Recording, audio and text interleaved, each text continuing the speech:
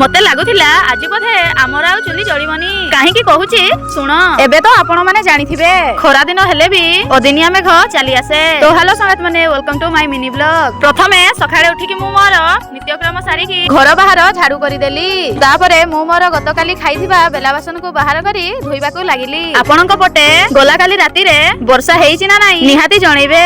मु सखाळे उठी देखे तो बाहरटा पत्रओळिया रे पूरा भरी जाइथिला। झाड़ू करी सारिकी आमे मा पुओ गाधैबाकू चली जाइथिलु। आम केनाल देखिबाकू किछि एमिति आमे गाधै सारिकी घरकू चली आसीथिलु।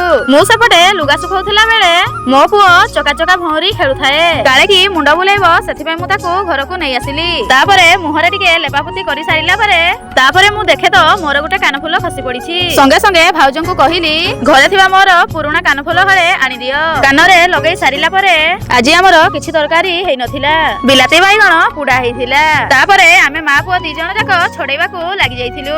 आपण माने एई पत्रटीर ना जानिचंती ना नाही निहाती कमेंट रे जणैबे। कटकी धनिया लंका रेसुण देइकी पुडा गुडा को चकटी देइथिली। मो पुओ कुआडू गुटे चश्मा आनिकी मते पिंधै दउची। आजिर ब्लॉग टी जदी मोर भलो लागि थाए ताहले निहाती भाबरे लाइक कमेंट शेयर सब्सक्राइब करि देबे। रहूची जय जगन्नाथ।